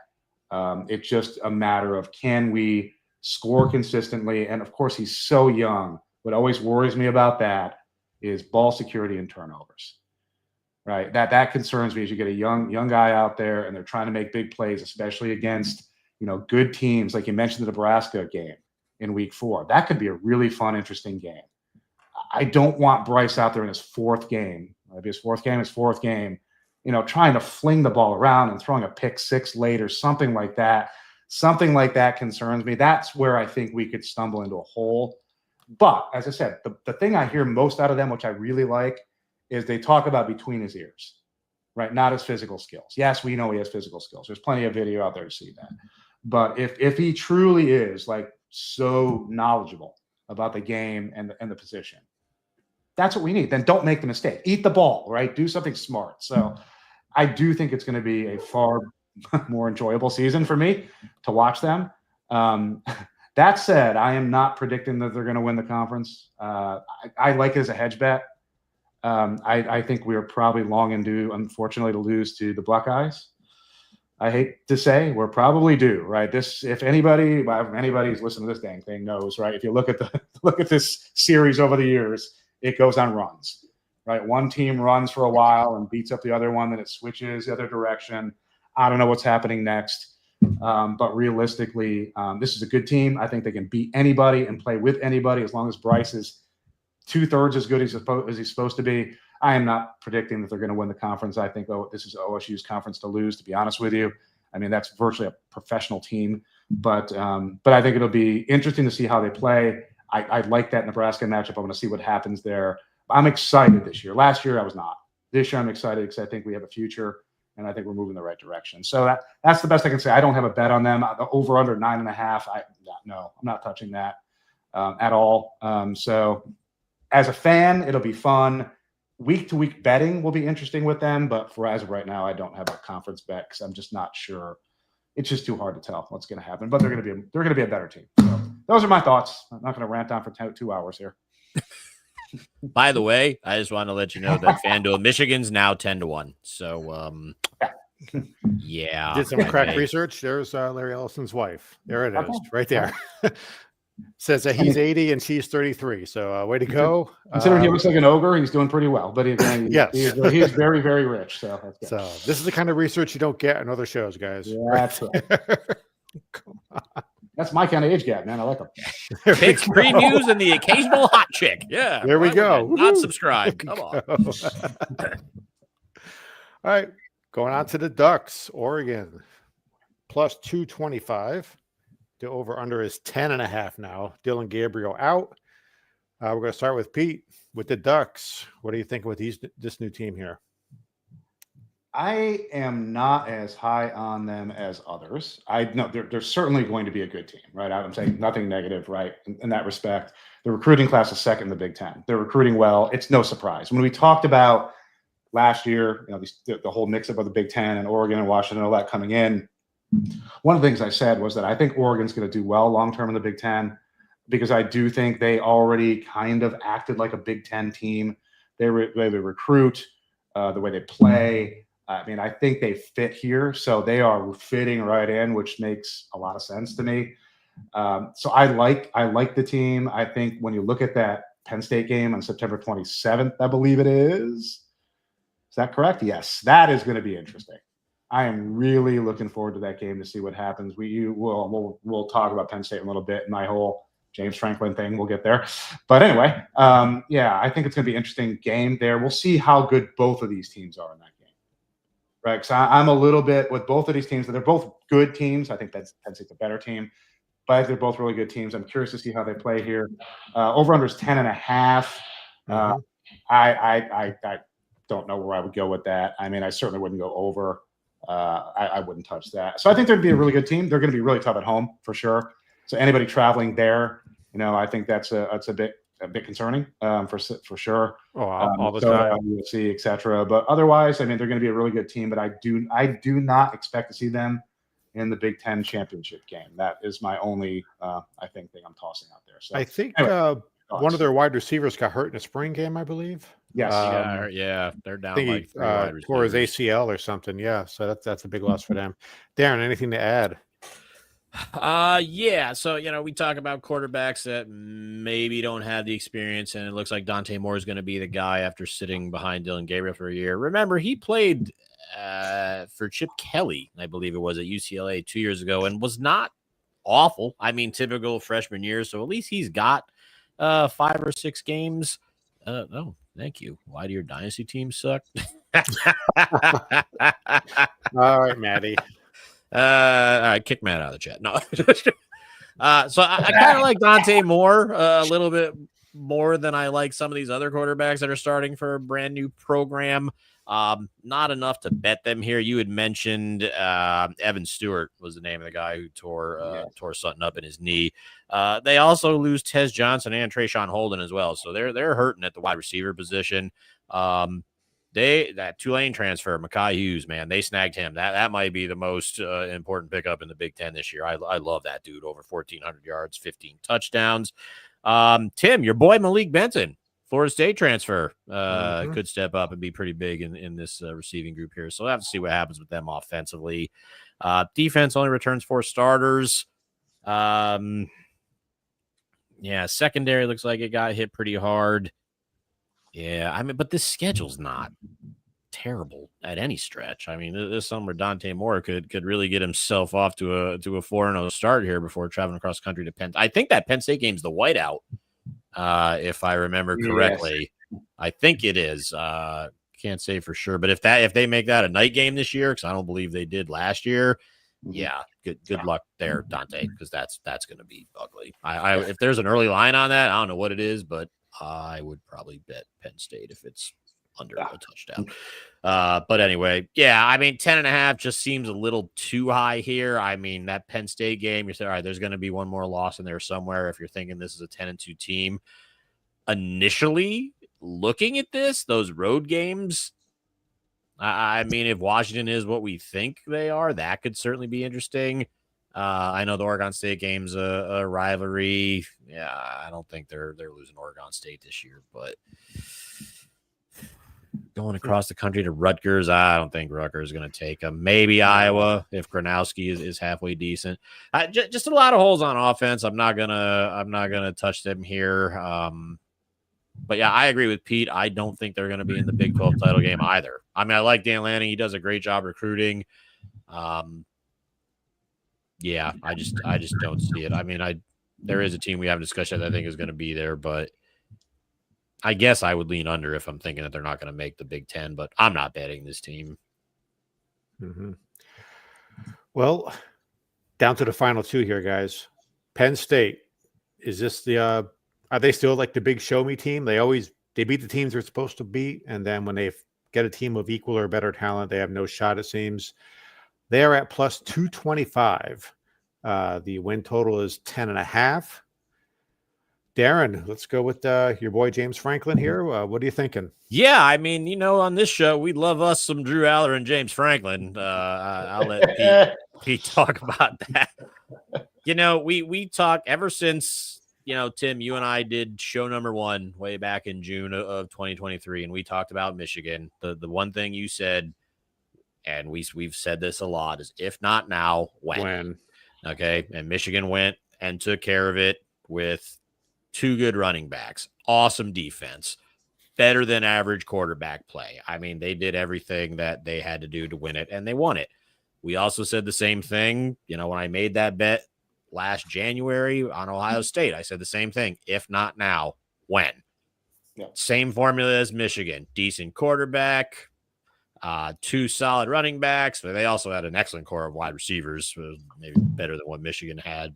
And again, an awesome defense of guys that came back for one final year to try and win the national championship, and they did. You look at 2025 Penn State, decent quarterback, 2 good running backs, good offensive line, awesome defense. So we're going to say it again. If they don't do it now, when are they going to do it? Mm-hmm. But the thing is here is I don't have the trust in Drew Aller that I had in J.J. McCarthy in 2023 or that I had in Will Howard in 2024. And I don't have the trust in James Franklin like I did in Jim Harbaugh in 2023 and Ryan Day in 2024. But everything that this team is bringing back tells me a Big Ten championship appearance better happen. We're going to talk about our picks for national championship on Thursday with Mark. I think Penn State will be playing for the national championship. I will hold off who I think they're playing against until Thursday. But I mean, God, Drew Aller, can you please throw a pass to a wide receiver? I mean, you're going to have to. Tyler Warren's gone. You got other guys that can catch the ball. You brought in some decent players. I mean, Nick Singleton, Katron Allen. Can I say they're the best running back duo in the country? Yeah, I'm gonna, because they probably are. 4 starters coming back on the O-line. Trevor Pena from Syracuse was the big ad. You also got that guy from Troy, Devontae Ross is in. Kyron Hudson, the USC transfer we just talked about them losing. And I think the biggest addition on the defense was Jim Knowles, the former Ohio State defense coordinator. I mean, he should take that defense to the next level, even without Abdul Carter. Man, they got to do it. This is it. I mean, that schedule, again, they only have the 4 home games, but they're hosting Oregon. I believe somebody said Penn State's got a bye week before they host Oregon there. They host Indiana. I mean, and even those road games, they're not terrible. What they got? They go to Iowa, UCLA. I think they go to Ohio State. Is it Ohio State on the bye? Yeah. Okay, yeah. They're the first. They go to Ohio State. That's their loss. Probably their loss. Yeah. I mean, to me, this is an 11-1 team. They're playing for the Big Ten title, and whether they win it or not, this should probably be a top 4 team in the country and get a bye with the new ranking system on how they give the byes to. I don't want to say it's win it all or bust. I don't think they're going to fire James Franklin. But yeah, Drew Aller needs to. I mean, he needs to take another step forward, man. I mean, throw the deep ball, bro. You can do it. We have faith in you. Peter, anything to add with Penn State? Aaron basically said it all. I mean, I've been bashing James Franklin forever. But that said, I've walked that back a little bit because I thought that team played for him in the playoffs last year. I really think he did a nice job. I think it was Drew Aller that let him down. It wasn't the other way around. I am not big on Drew Aller. He has not shown. I don't know why people talk about him that he's so. I don't see it. I really don't. Like, when has he passed the ball down the field? When is he actually taking over the team and willing them to victories? When is he doing any of those things? He's not, right? I mean, it's the running game, it's the defense, which is a killer defense. It's the running game, it's managing the offense. That's what he needs to do. I guess it would be nice to see him do more than that. I'm honestly not sure he's capable of doing more than that until he actually shows it. I don't think he is. So I think that I agree. If not now, when? Right, for James Franklin. If not now, when? I think he's got this team in position to do it. He's got a clear title path here in front of him. His schedule is leaning in. He's going to have 1 loss probably at Ohio State. If they lose that game, I'm assuming they're just going to. That's fine, right? You got to have a loss, and it's kind of a revenge game for OSU, so I would expect they're going to win it. So fine, right? You lose 1 game. There's nothing stopping them from making a run here other than Drew Aller. This is Drew Aller's show to win or lose this thing. That's my view on that. If they fail, it's on his shoulders, unless somehow James Franklin goes back and reverts back to doing what he did before and being, himself. But honestly, this team is really, really good. I think they're the best team in the Big Ten, honestly. And we'll see what they do as we go forward here. But I would, I don't dislike Penn State. It's not like the Buckeyes, which obviously I hate them, a Wolverine. But I would not mind seeing Penn State win it, honestly. So that would not be a bad thing. So those are my thoughts on them. It's time to put up or shut up. I mean, they played a good game against Oregon in the Big Ten They did. final last year. I mean, they only They lose by did. 7 or something like that. I mean, Aller was actually decent in that game. He had that Yep. pick late, but another thing to consider, I think Drew Aller does take a little step forward. This is his second year with the same offensive coordinator, so I would expect some improvement there. But yeah, you guys said it. I mean, if they don't win it all this year, Happy Valley is not going to be very happy. Just now or never. And okay, so we have the defending national champions. One of our bets from last year. Not to brag, but 2 years in a row, we're doing pretty good. The only thing I basically got right last year. Yeah, me. Yeah, we had Notre Dame too in that game, didn't you? We had them So- both going last year. That's right. Yeah, Pete and I both had Notre Dame. So the win total again is 10.5. They're at plus 180. They have new coordinators. Brian Hartline, he was a receivers coach. He is now the offensive coordinator. I don't know how long he's going to be there. I think either another college is going to snatch him up because judging by the receivers he's had there, he can recruit. And so I don't know how long he will be there, but he's there for this year. They got the best player in the country. So favorite for Heisman. We're going to start with Darren. So if you have time, if you want to grab an Alka-Seltzer or a Tums while we talk about how great Ohio State is. No, Ohio State won me money. I'm not going to bash Ohio State here. You said they have the best player in the country. They have the best offensive player in the country and possibly the best defensive player in the country in Caleb Downs. I mean, I'm guessing Julian Sayin is going to get this job over Lincoln Kindholtz. I'm probably pronouncing that wrong too, but let's add that name to the list. But I mean, there's nothing to hate. I don't really like the coordinators here. I believe Brian Hartline was a coordinator in 2023, and I don't think he was that great. And if you follow the NFL, Matt Patricia's a train wreck. I don't think statistically his defense has done anything in like 10 years. So, and there's a ton of losses on that side of the ball. So I do worry about this team a little. But again, not too much. I mean, like Pete said earlier, I mean, this is basically like a pro team. They're just going to reload. You've got the best player in the country on both sides of the ball. It's just, man, I don't want to bet this team at all. I just worry again about a new quarterback. Yeah, you got Jeremiah Smith. You lost Mbuka though. So that tight end from Purdue that came over there, Max Clare, I kind of like him. I think he's going to have a big year. I think, a new quarterback's favorite target seems to be the tight end. So I expect him to have a really good year. But just defensively, I've got questions. I mean, a ton of losses. I don't know what you're going to do, and I don't trust Patricia at all. Would you say you have 10.5 again? Probably 10.5 plus 120 on the over, minus 140 on the under. And they're plus 190 to win the conference. Yes. I got 180 in Florida, but yeah. All right. So yeah, they host Penn State. I mean, their home schedules, I'm assuming those bold ones are the home. Yeah, Texas game isn't going to affect their conference standing, but I mean, yeah, I agree with Pete. I think the revenge spot, I think they're going to get Penn State. If Penn State's going to get got at all, it's going to be on November 1st. But I mean, look at that road schedule. I mean, Washington, okay, maybe. Julian Sayin's only a few games into his season. Maybe he struggles a little there. I mean, Illinois, I already said I'm not high on Illinois, not high on Wisconsin, certainly not high on Purdue. God, this could be an 11-win team too, as much as it pains me to say it, because I would lean the. Oh no, you know what? I'm not. Yeah, no, I'm going to lean the over. I think they're going to beat Texas. All right, I think they're going to. Pete, I know you got the Texas hat on, but I think Ohio State is going to beat Texas. I know you love some arch, but something tells me Ohio State is going to get that game. I don't know why. Like, if it got to 3, I would consider taking Texas. I think it's 2.5 right now, but yeah, I think they're going to take Texas. This is going to be an 11-win team, but I don't want them to be. I hope they lose a tiebreaker. I don't want them to be. Exactly. This is looking like a Penn State Ohio State Big Ten title game, which probably. Sure. I'm not a fan of, but it's tough to deny what these two teams can put on the field. Pete, you have any thoughts on that school down south? Is this their official schedule from their website, or where is this? This is everything that's wrong with OSU. They have on their schedule that team up north. What the hell is that? That's why they're savages. That's why they're idiots. That's why they're children. That's why we hate them. Right? You can't act like an adult, right? It's a team up north. We don't call them the team down south. We don't do any of that nonsense. I should start it. It's petty. I love petty. And we hate them, right? But we hate them for who they are. They don't make up names for them, right? Yeah, this is virtually they're too deep talent, blue chippers all over the place. I mean, they recruit like crazy.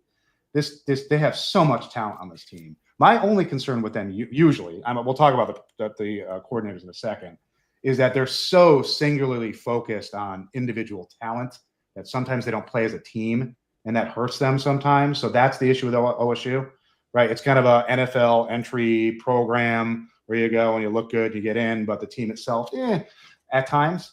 I agree 100%, Darren. Matt Patricia is a terrible hire.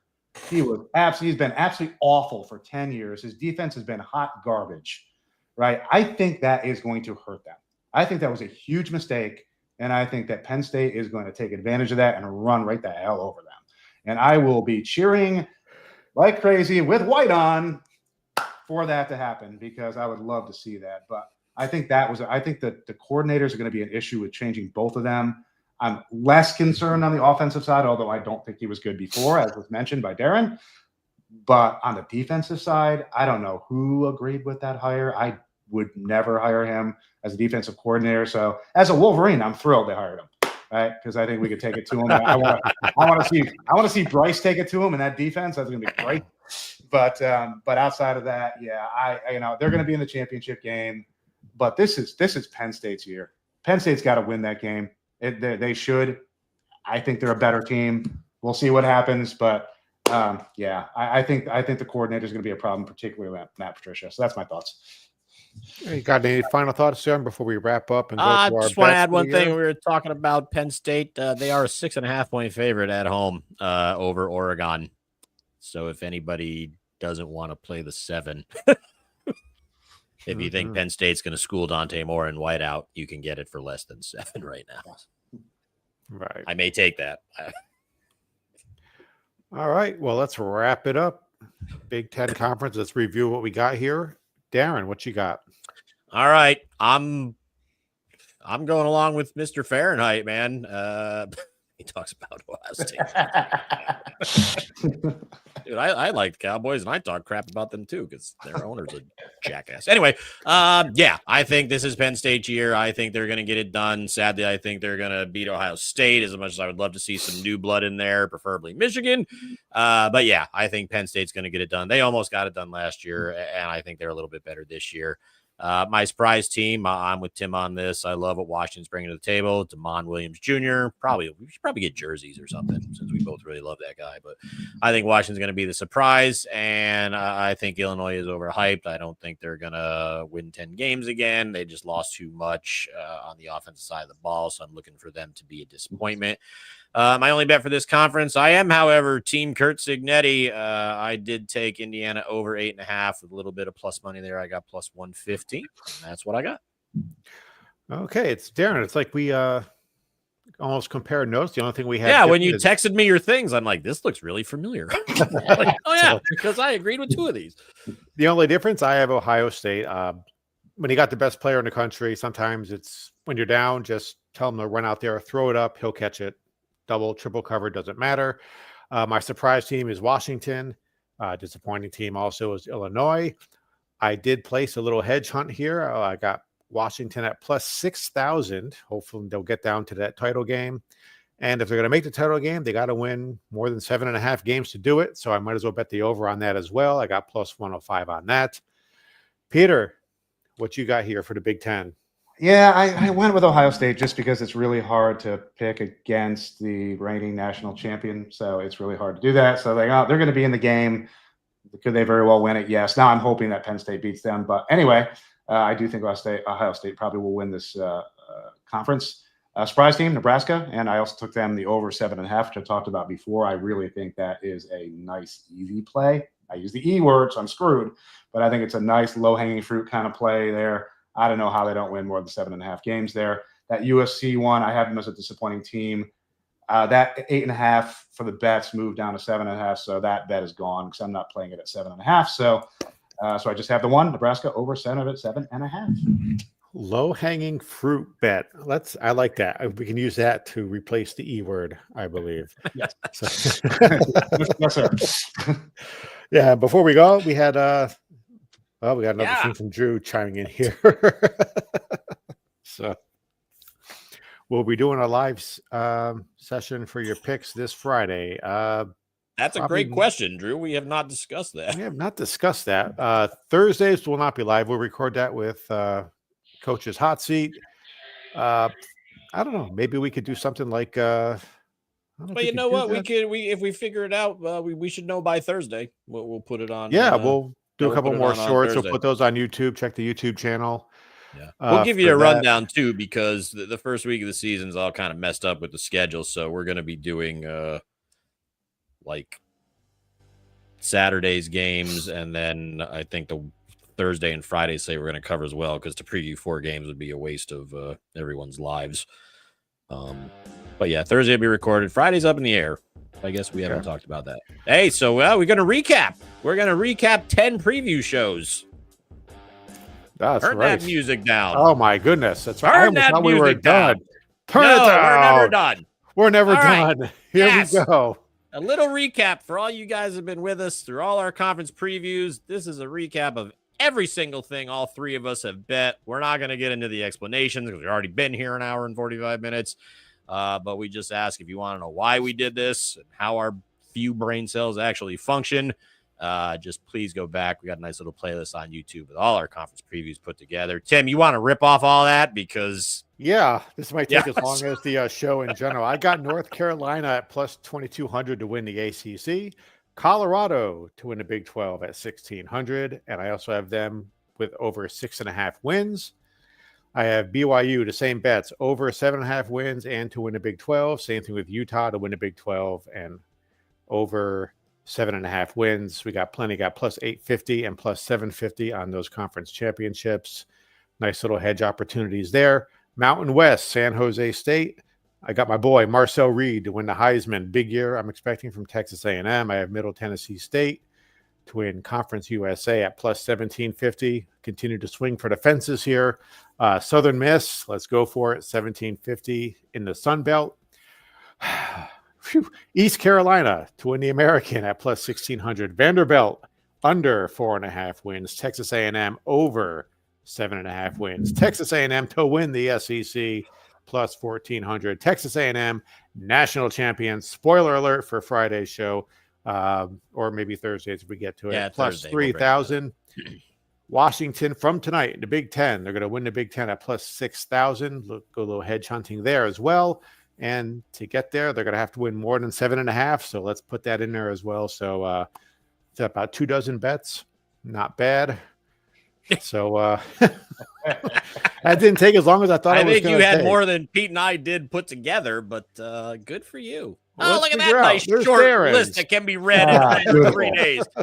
All right. So, yeah, way back in December. So, this number already sucks. I took North Carolina over 7.5 wins plus 102. I do like Louisville as a hedge opportunity to win the ACC at 8-1. To the MAC, I've got Bowling Green under 6.5 at minus 115. Mountain West, I too love me some San Jose State. I got over 7.5 at minus 108.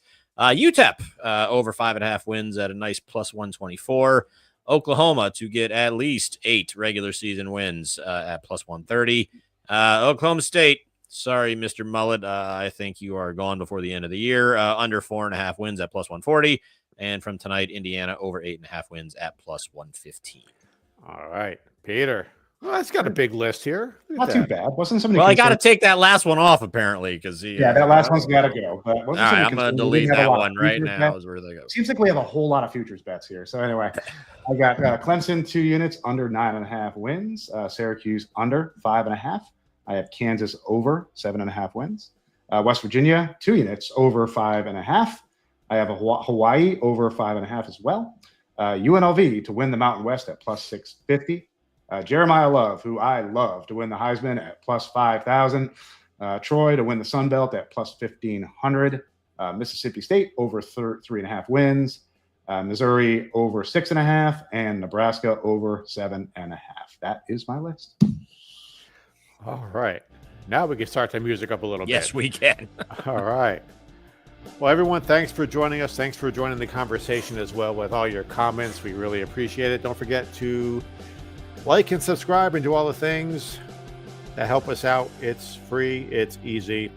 Thank you for joining us. Shout out to Larry Ellison's wife. If you're watching this, give us a call. And we will see you on Thursday with Coach's Hot Seat. Until then, we'll see you then. All right.